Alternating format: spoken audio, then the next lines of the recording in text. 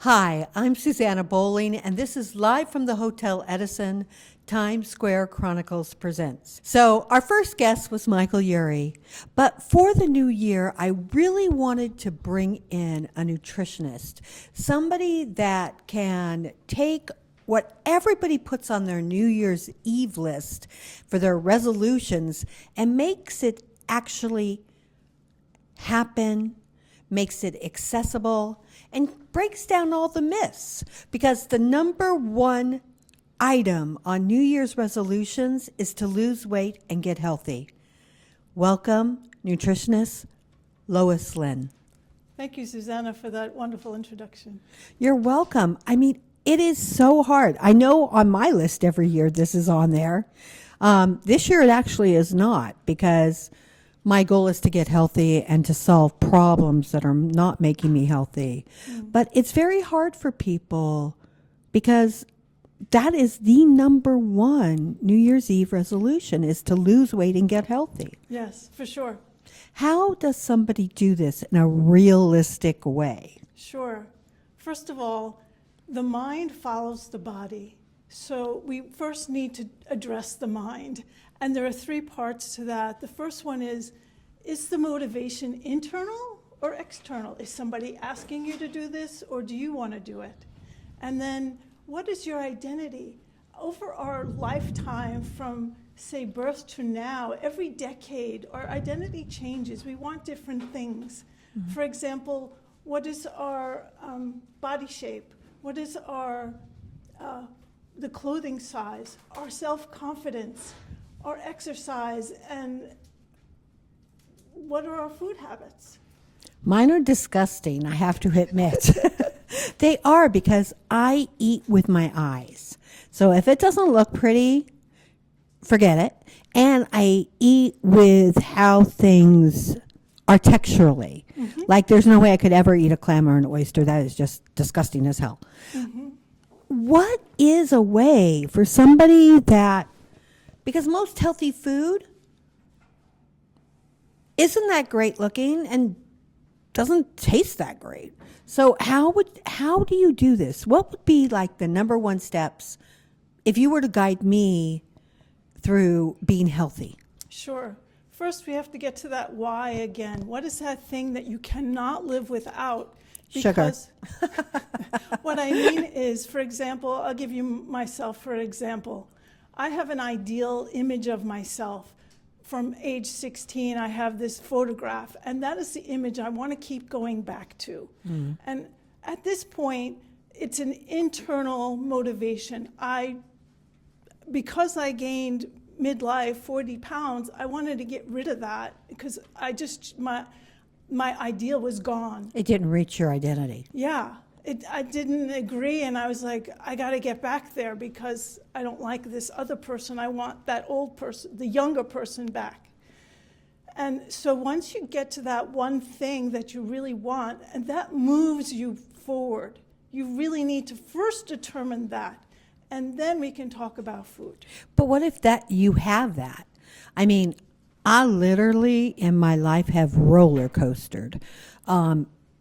But the last time was because I literally got hurt, and I went from a size like 4'6" to a size 16 in less than a month. And I would look in the mirror and I would not know who I was. I hadn't a clue. And even though I have pictures that showed me at the ideal weight and everything, it really wasn't correlating in my brain because I had also hit my brain, so it wasn't correlating. I knew what I wanted, but I did not see myself as that. I didn't see myself as anything, actually.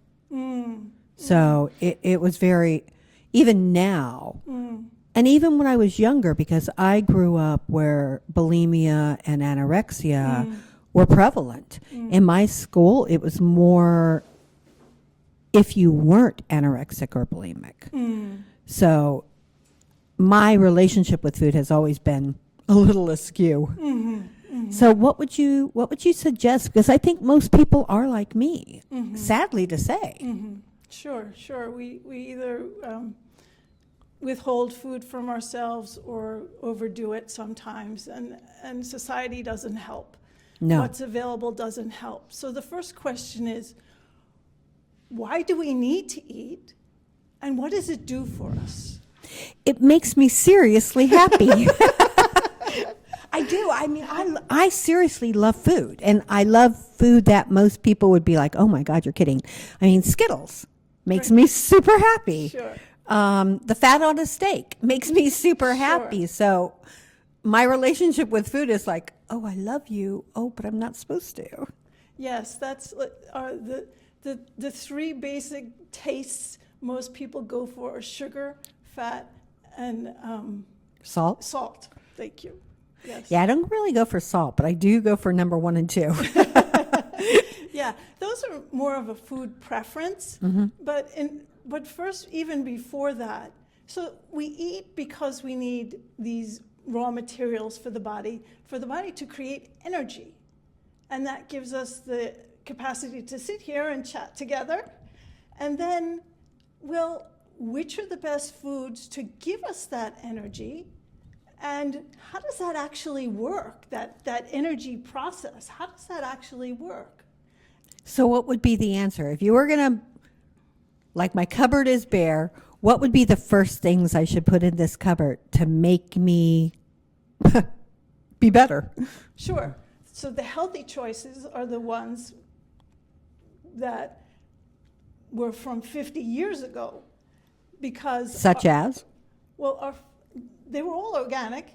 There were nothing in a box. Nothing was processed. Nothing had added sugar and added refined flour, added salt. These things, maybe salt for processing and Right. preservation, but other than the sugar and the refined flour, that's really, and then the preservatives and the artificial sugars and flavors and also sugars, it's just a little bit too much. So we want to stay away from those and go back to the whole food, plant-based foods, which are the topic of my book, because those are the ones that promote health the most. Say the name of your book. Whole food, plant-based meal planning. And in that book, what's chapter 1? Chapter 1 is get to the nutrition basics. What does it mean? What is a healthy food? Well, I honestly don't know, so I'm asking you, what is it? Sure, it's those foods that you can identify in the produce section of a supermarket that does not have a food label, or it has only one ingredient. But what if I went like just to the produce level and chose potatoes, because I would. Yes. Is that considered a healthy food? And would that, I honestly could live on potatoes, which is probably not the best thing in life. So where would you go if someone just chose potatoes? Well, I know someone who does eat just potatoes. Oh, really? And it's quite all right if that's what you really want to do. But varieties a little bit helps. So, we have this thing called the microbiome. Have you ever heard about that? Like they mapped the bacteria in our body and our DNA, and what they found is that the human body is only 1% human DNA. Really? What's the rest of it? 99% is bacteria of every kind. So how do we get rid of them? No, because it sounds like I'm being a condo for things I don't want. That's an interesting concept. Well, see, the point is those bacteria are the things that keep us healthy. And So yogurt is a good thing to eat because Correct. You it have the feeds idea. it feeds the bacteria. that's the How do we idea. kill the bad bacteria? Because I'm sure I have a lot of those. Well, that's a great question, because what we need is a very diverse kind of bacteria in our body. The more diverse they are, the healthier we are. Okay.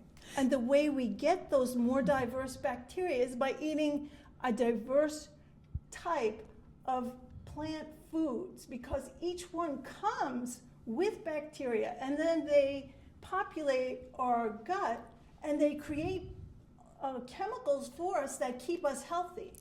How do we get rid of the ones that cause us to descend? Or descend, is that what you call it? Descended belly Yeah. like.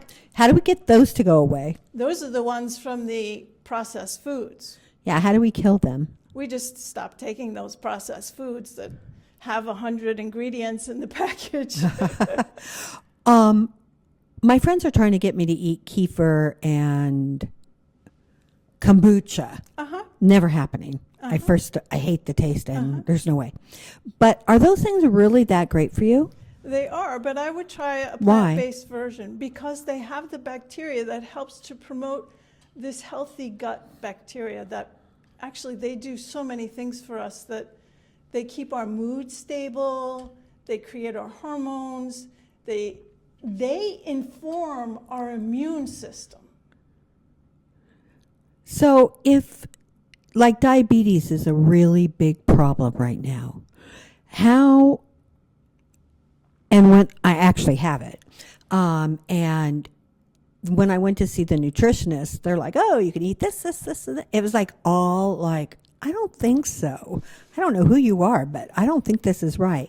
What would you tell somebody with diabetes or somebody that has a chronic problem like that? Sure.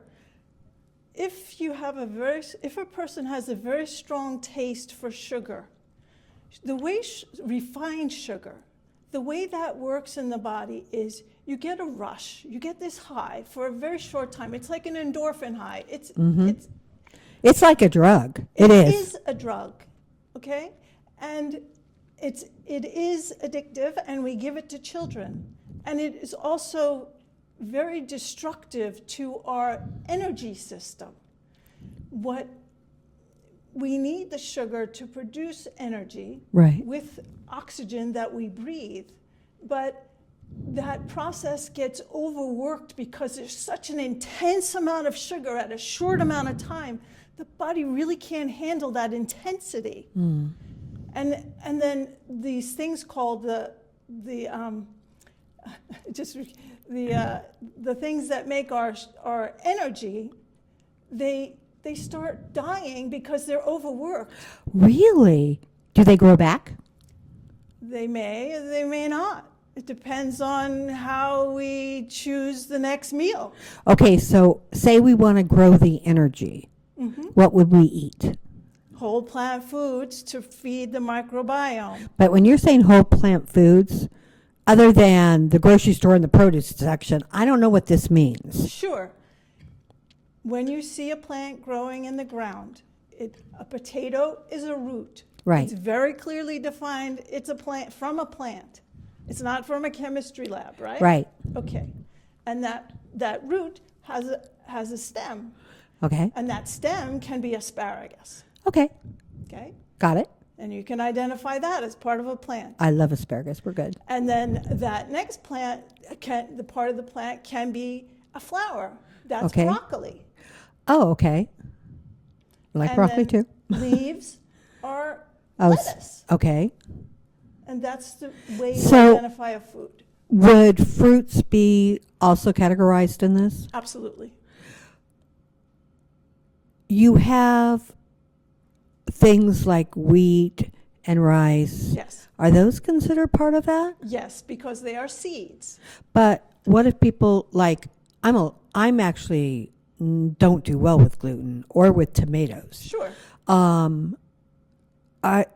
For somebody living on a plant-based diet, what if you are eating these and they're not the best for you? How do you figure that out? Well, if you like pain, that's your choice. I mean, No, I don't get pain with mine. I get itchy or I bloat out or I do something yeah, weird. so if you, But my body doesn't, I have a body that doesn't always react the same way to the same kind of foods. Like I could eat something one day, perfectly fine. Next day, not. So I'm constantly having to go on this journey of what really am I supposed to eat? yeah, it's an experiment every day. And so there's something I like to make, which is, and it's winter time, right?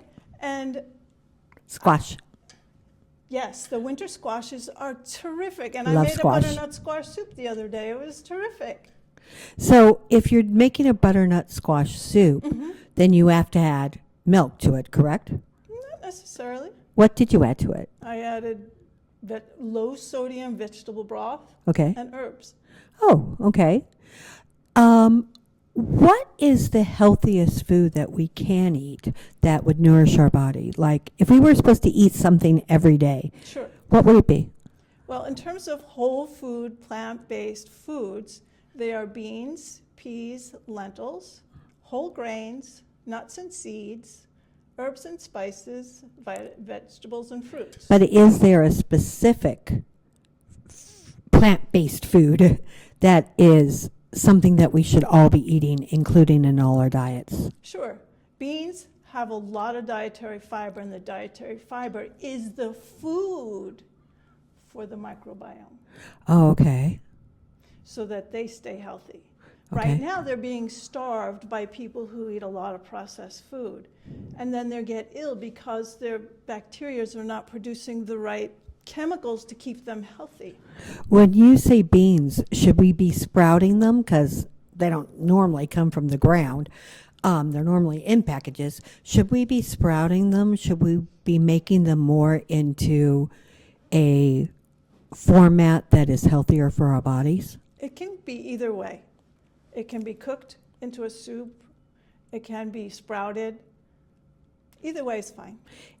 Is it better to eat raw foods than cooked foods? Raw foods are highly nutritious, and the recommendation is to have half of your vegetables. So let's say someone eats a pound of vegetables a day.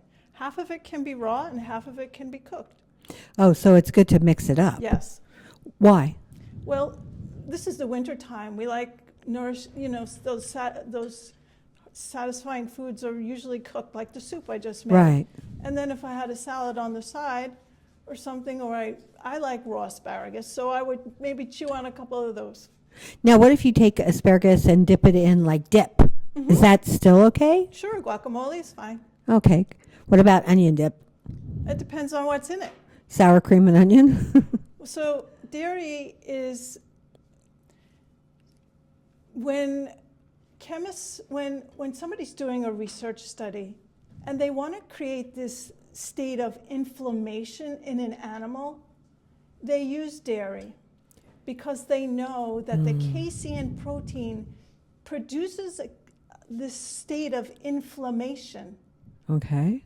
And then, so it's an inflammatory food.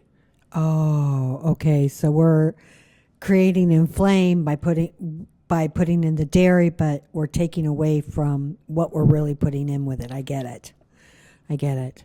What about pesto? What if you made something like pesto? Sure, pesto would be fine, but instead of the oil, try to use the nuts themselves. Okay. Why not the nut oil or avocado oil or olive oil? Like I use avocado, coconut, and olive. Sure. Well, there's good, better, best. Okay, so what's the best? The best would to use the nuts, like the pine nuts or the walnuts or Right. any other kind of nut. Is raw. Raw, correct. Okay, so oils are not the best for you. It's good, better. What if you do like almond milk instead of milk? Would that be a non-inflammation kind Sure. of thing? That's a minimally processed food, which is okay. If someone was going to start on a cleanse and a diet to start, their journey on getting healthy, what would you recommend? What would be morning, noon, and night? Well, the very first thing is start with green leafy vegetables. They clean your liver. They help. They give you the magnesium to help balance the calcium when you're having greens, and for our bones and things like that. There's a lot that's provided with, and they're very low calorie, and the absorption is double what dairy is. Now, you're talking raw, correct? Because Could be raw, could be cooked. if you were going to put a dressing on it, what would you put on it? On a salad, Yeah. I make my own dressings. What do you make? How do you make them? I like to put sesame seeds, and so there are like 5 different things so that you want a complex flavor profile. So first, some kind of oil, not oil, but a nut or seed. You need Okay. a little fat because with the fat will help you to absorb the fat-soluble vitamins in the salad. so there's the nut or the seed, then there's something pungent like citrus, any kind of citrus. Oh, it's good to combine? Yes. Well, a salad dressing could be, you could just use guacamole as a salad dressing. Yeah, I love guacamole, so Okay, I would so add it to everything. That's easy peasy. But if you combine citrus with a vegetable, that's okay? That's okay. Because I've heard that it's not, which Why? is why something about you're supposed to eat fruit in the morning and then go to vegetables later at night. I don't subscribe to something very limiting like that. How easy is it to do a plant-based diet? It takes time to learn, to look for new recipes, to want to cook. The best thing is to cook at home because restaurants don't really, it's very hard. I mean, you basically look at the side dishes and they're usually cooked in oil, they usually add salt. Yeah, can you go to a restaurant or a fast food place and find anything that's really, truly healthy? In my opinion, it's always a compromise.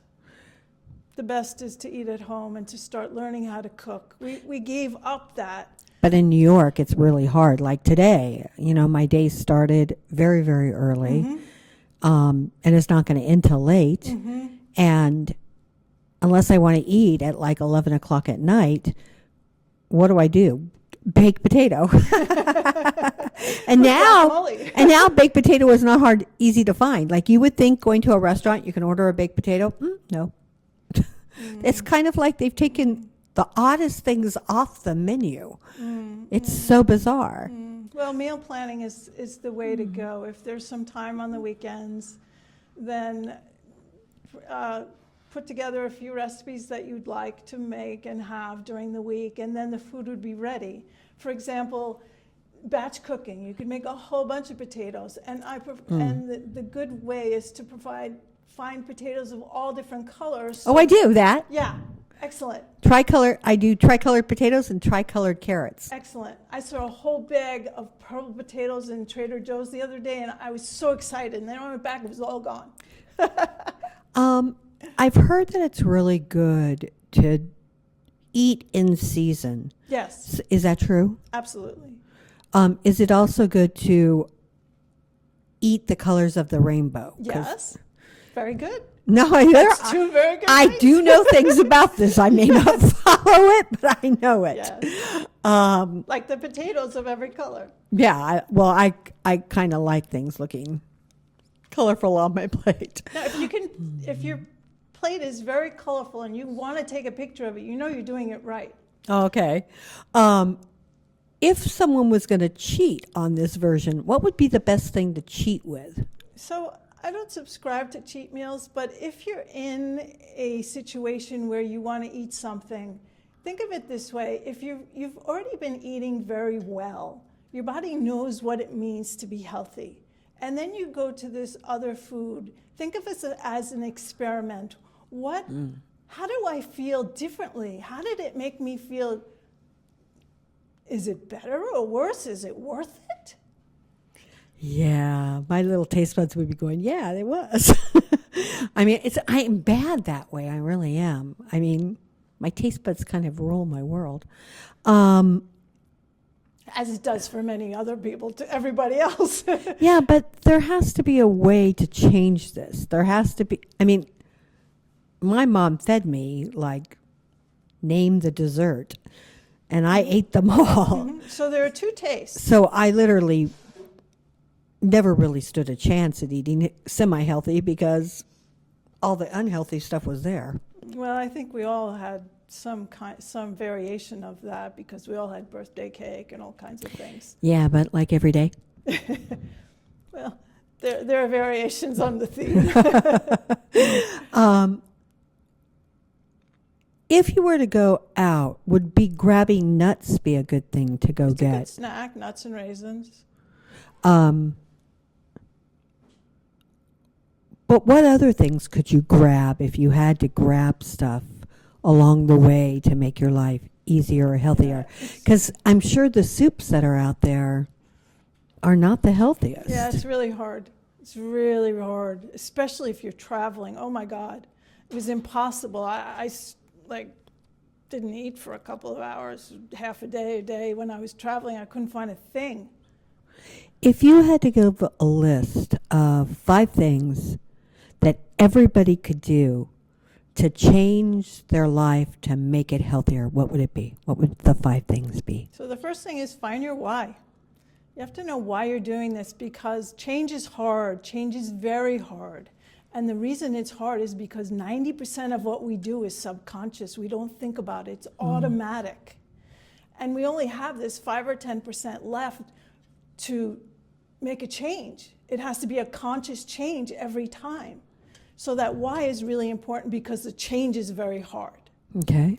And then when you know what healthy foods are, these whole food, plant-based foods are, start meal planning. Okay. And start trying. Just try a recipe a week. Make a shopping list, so that when you go to the store, you get what you need. After you choose your recipes, you get your shopping list, you go shopping, you cook. And number 3? Put it in portions so that you can take it as you go out the door. That's smart. And number 4? Repeat. And number 5? Repeat.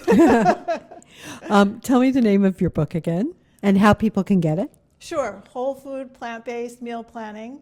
And the subtitle is Transition into a Health Transformation. And is there any questions that I haven't asked that you think our readers should know about? Continue to educate yourself. This way you are an educated consumer. And when we're with friends and relatives, sometimes it's really hard because we're being influenced all the time. So you have to know within yourself what you want to do and try. And if you need to say, I'm trying something for myself right now, so just please respect my food choices. They may not be what I did yesterday. I want to try something new today to see if I have a health improvement tomorrow. Oh, that's great, because that way you're living one day at a time instead of thinking, oh my God, it's the rest of my life. Because that's normally me with diets. Normally it's like, oh, really? I got to eat like this for the rest of my life? No.